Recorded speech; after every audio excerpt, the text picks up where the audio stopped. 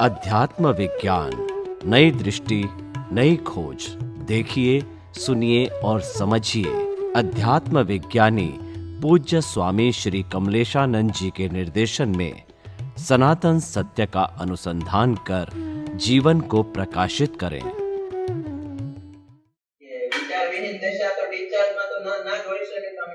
विचार विहीन दशा ना हो, विचार थी असंग दशा, निर्लेप दशा हो सके। ये तो પછી દ્રષ્ટિમાં આવી ગયું।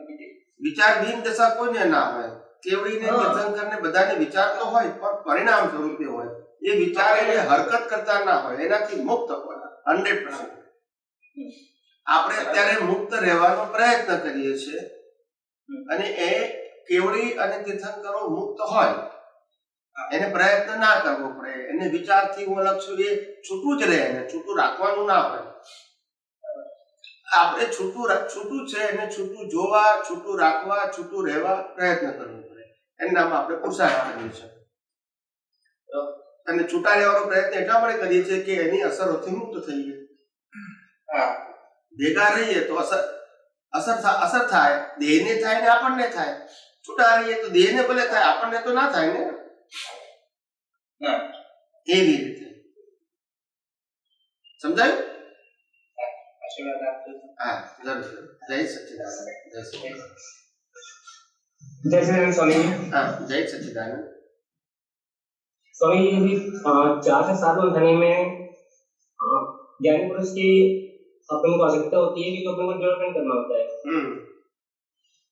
8 से 11 में सिर्फ एप्लीकेशन होता है। तो क्या वहाँ पे भी ज्ञानी पुरुष आवश्यकता होती? आवश्यकता तो चाहिए ना, नहीं तो आपको सपोर्ट कौन देगा?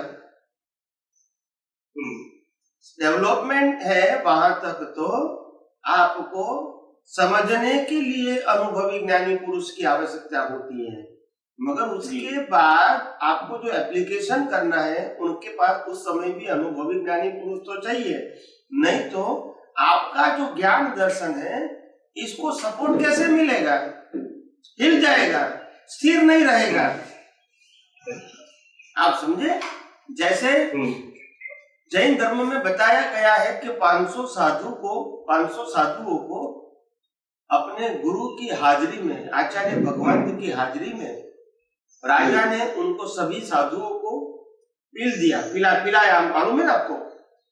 जैसे गन्ने के रस को गन्ने को पीलते हैं, इसी प्रकार पील के रस निकालते हैं। हाँ जी, निकालते हैं। इसी प्रकार से साधुओं को पिलाया मशीन के अंदर, तो सभी को केवल ज्ञान हो गया। नहीं, ऐसा नहीं होगा। क्या बात है? सभी को केवल ज्ञान हो गया, ऐसा तो नहीं होता होगा। हाँ, तो क्यों हुआ? क्योंकि वो देहाध्यास 100% टूट गया। 100%। अच्छा, तो कहने का मतलब वो डेवलपमेंट ऐसा लेकर आए थे। अच्छा। तो इसीलिए उनको कोई भी अवस्था की असर नहीं हुई। देह की तो देह को हुई, उनके ज्ञान दर्शन को नहीं हुई। मैं ज्ञान दर्शन की बात करता हूँ, मैं मन वचन काय की बात नहीं करता हूँ। उनका ज्ञान दर्शन एकदम स्थिर हो गया कि मैं शुद्धात्मा हूँ और ये कुदरती रचना है। जो हो रहा है वो कुदरती रचना है। मैं शुद्धात्मा हूँ, कुदरती रचना हूँ। दर्शन, मैं शुद्धात्मा हूँ, वो ज्ञान। तो ज्ञान दर्शन दोनों स्थिर हो गया। उसी को तो केवल दर्शन और उसके बाद केवल ज्ञान।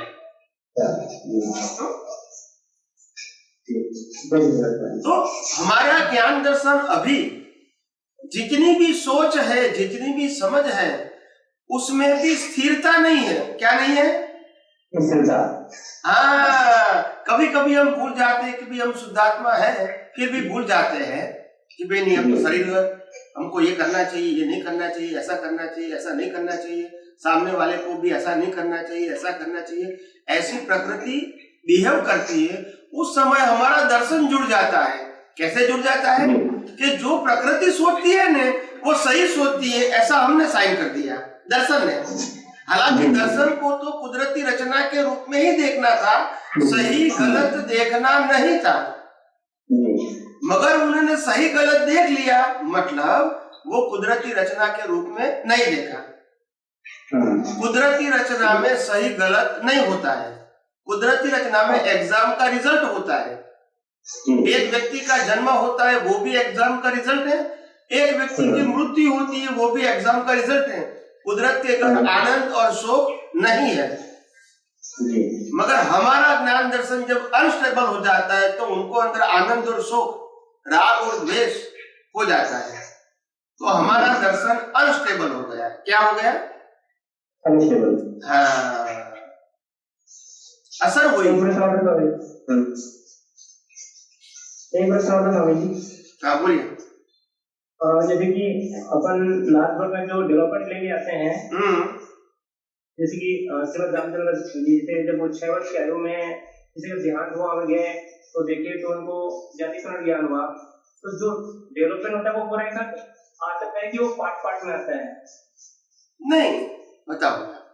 डेवलपमेंट तो साथ ही 100% होता है, मगर कभी ऐसा होता है कि डेवलपमेंट का जो असर है वो दिखने में संजोगों की जरूरत होती है। अच्छा। जैसे उनको ये किसी का मृत्यु का संजोग मिला और उसका ज्ञान पूरा हो गया है। कोई व्यक्ति को जीवन में चोट लगती है तो वैराग्य चालू हो जाता है। कोई व्यक्ति को ज्ञानी पुरुष शिक्षा देते हैं, ज्ञान देते हैं, तो उनका अंदर का ज्ञान खुला हो जाता है। निमित्त तो चाहिए, निमित्त चाहिए ना। निमित्त तो चाहिए। आपके अंदर तो है, उनको प्रज्वलित करने के लिए, प्रकाशित करने के लिए निमित्त चाहिए। जी। आप समझे ना? एक तो निमित्त से खुला हो जाता है। आपके अंदर जो है वो खुला हो जाएगा निमित्त से। खुला होने का मतलब होता है एक्टिव फॉर्म में आ गया। वो आपके पास था ही सत्ता में, मगर एक्टिव फॉर्म में नहीं था। तो वो एक्टिव फॉर्म में आ जाता है निमित्त से। जैसे अपने महान संतों में से एक अपना कबीर जी और क्या कहते हैं इसको, संत तुलसीदास जी। तो तुलसीदास जी तो जीवन में बचपन से लेकर बहुत मध्यम वर्ग के अंदर उसका जन्म हुआ था और उनकी शादी भी एक छोटी उम्र में हुई थी और वो छोटी उम्र से वो विषय लंपट थे, यानी विषय वासना से भरपूर थे वो। तो ये उनका उदय कर्म था।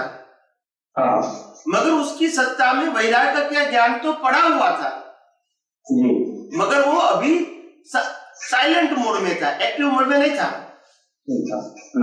जब एक बार पत्नी अपने पियर गई और वो तुरंत वहां पहुंच गए रात को नदी पार करके, और पत्नी को भी मालूम हुआ कि यही आए होंगे, और तब पत्नी ने सिर्फ इतना ही कहा कि ये हाड़ मांस का बना हुआ, चमड़ी का बना हुआ जो शरीर है, उसमें अगर आपको प्रीति है, अगर इतनी प्रीति भगवान में रखी होती तो भगवान भी आपको प्राप्त हो जाता।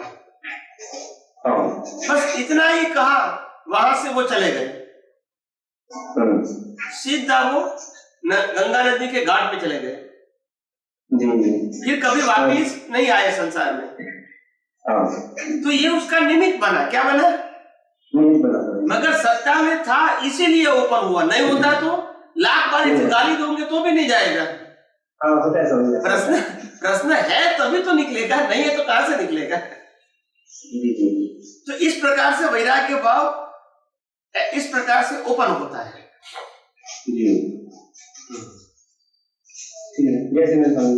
जय सच्चिदानंद। स्वामी जी जय सच्चिदानंद। जय सच्चिदानंद। બસ એક થોડુંક એવું સમજવું હતું કે તમે કાલે જે કીધું ને કે તીર્થંકરનો જીવ હાઈ લેવલનો હોવા છતાં બી એ નરકનો બંધ પાડી શકે છે, પાડી શકે છે। એટલે તમે બંને બાજુ બોલેલા છો કે કેવળ દર્શન એનું કમ્પ્લીટ થઈ હોય એ પહેલાનું છે, માટે તમને એવું દેખાય છે કે નરક એકચ્યુઅલી આગલા જન્મનું નથી। અને એક વખત એવું પણ બોલેલા હતો કે આગલા જન્મમાં પણ આવું કરી શકે। તો બંને બાજુની સત્યતા બતાવો છો કે બે બોલો? ના, તમે રેફરન્સ ના સમજ્યા મારો। મેં એવું કીધું મેં એવું કીધું હોય, જ્યારે પણ કીધું હોય ત્યારે, કે છેલ્લા મનુષ્ય ભાવમાં જ એને કર્મ બાંધેલા હતા. લાસ્ટ તીર્થંકર થયા પહેલાની વાત કરું છું. અને એ મનુષ્ય ભાવમાં માનો કે ચાર અલગ અલગ ગતિના કર્મ બાંધ્યા. તો પહેલું એમને નરગતિનું પૂરું કર્યું, અસુયનું પૂરું કર્યું, પછી દેવલોકનું પૂરું કર્યું, અને પછી મનુષ્ય ભાવમાં આવ્યા. આ ચારે ચાર એ બાંધીને ગયા હતા. બરાબર છે? એટલે આ ચાર ગતિ કેમ થઈ એ પૂછવાની જરૂર નથી. હવે મનુષ્યમાં છેલ્લા ભાવમાં આવ્યા ત્યારે તીર્થંકર તરીકે આવ્યા. હવે પ્રશ્ન ક્યાં આવ્યો? પ્રશ્ન આવ્યો કે તીર્થંકરના આગલા જન્મમાં એનું દેવળ દર્શન કમ્પ્લીટ છે અને એની પહેલા એ નરકમાંથી આવ્યા. બરાબર છે? હા, બરાબર છે. અચ્છા, બીજું એ કે કેવળ જ્ઞાન તમને જ્યારે થઈ જાય અને તમારું નિર્વાણ થવાનું હોય, એ બેની વચ્ચે તમારી પાસે બે વસ્તુ છે, કેવળ જ્ઞાન અને બોડી.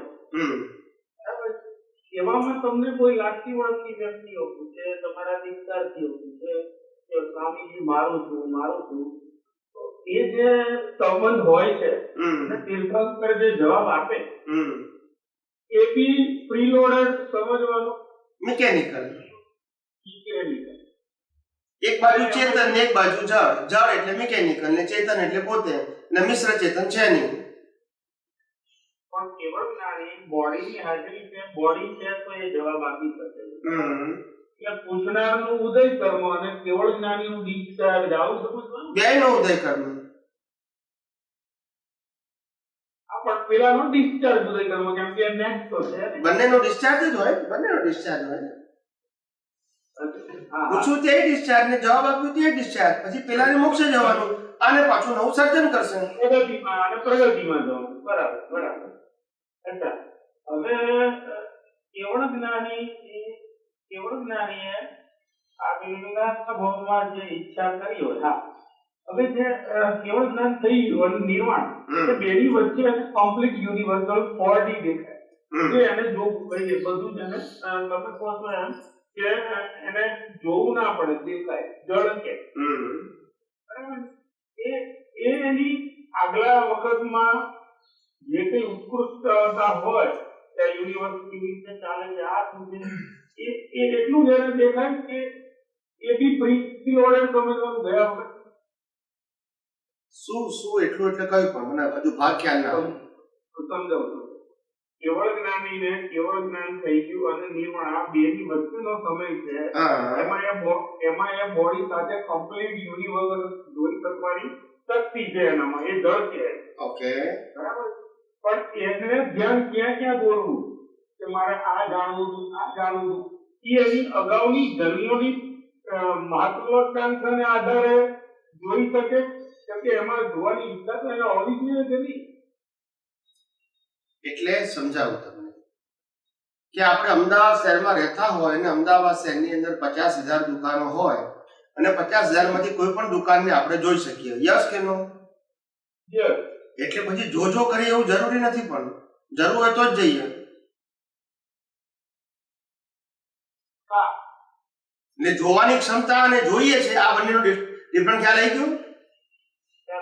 50 લાખ દુકાનમાંથી કોઈ પણ દુકાનને આપણે જોઈ શકવાની ક્ષમતા ધરાવીએ છીએ, પણ જોઈએ કેટલી, જરૂરિયાત છે એટલી. હવે એ જરૂરિયાત તો એક્ચ્યુઅલી એની છે. જરૂરિયાતનો મતલબ ઉદય કર્મ.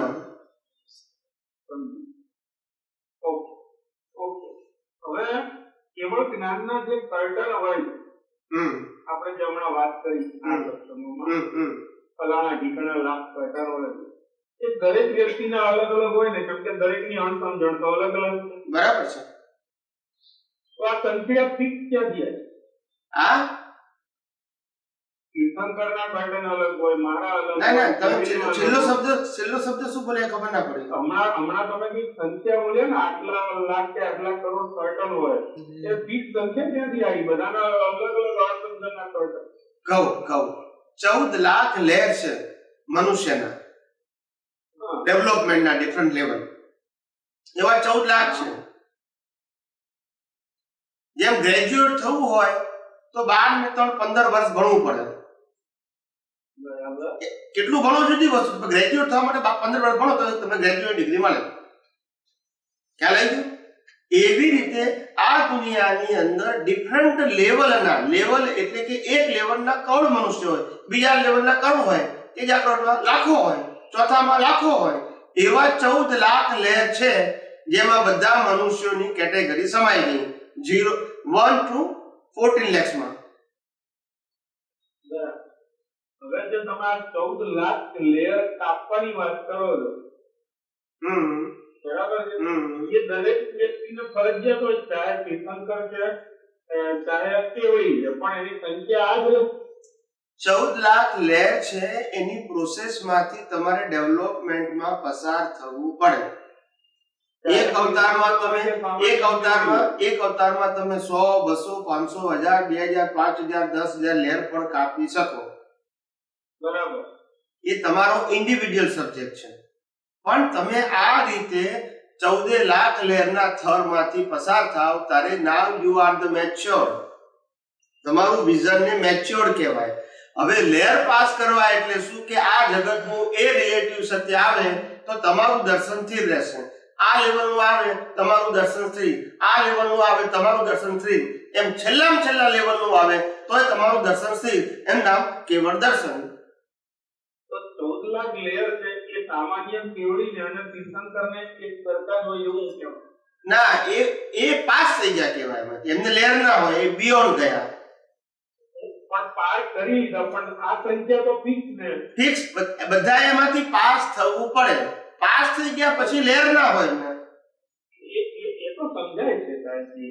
એટલે આમાં હું એવું માનું કે ચાહે તીર્થંકર હોય કે કેવડી, ચાહે સામાન્ય કેવડી હોય, કોઈને 4 લાખ લેયર કાપતા કેટલા ભાવ થાય એ અગત્યનું નથી, પણ કાપવા એ કેટેગરી પ્રમાણે ફરજિયાત કમ્પલસરી છે.